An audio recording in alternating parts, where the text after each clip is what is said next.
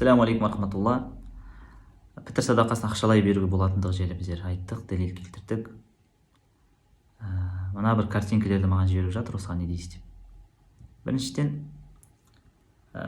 мазхаб ұстанбайтындар, яғни бір-екі шейхтің артына еретіндер, олардың көзқарасы бойынша сахих хадиспен жүру керек. Сахабалардың түсінігі бойынша жүру керек. Сахабалардың сөздерімен жүру керек.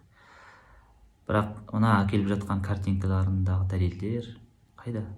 Сахих хадис көріп тұрған жоқпыз. Сахабалардың сөздерін көріп тұрған жоқпыз. Имам Бағави дейсіз. Имам Бағави ол кім? Ол хадис емес қой, жаңағы қимат ақшалай беруге болмайды деген хадис па ол? Имам Бағавидің сөзі. Ибн Баздың сөзін келтіріп қойыпты. Міне мына картинка. Ибн Баз не, сахаба ма? Или пайғамбар ма? Абу Ханифаның сөзін алмай, сонда Ибн Баздың сөзін аламыз ба? Үшінші, мына Шафии, Малики, Хамбали мазхабында болады. Болмайды депті ақшалай беру. Біріншіден, имам Малик та, Шафии да, олар да адам қателесуі мүмкін. Сендердің көзқарасы бойынша. Неге олардың дәлел сөздерін келтіріп отырсыздар сіздер? Неге пайғамбардың сөзін келтірмейсіздер? Неге сахабаның сөзін келтірмейсіздер?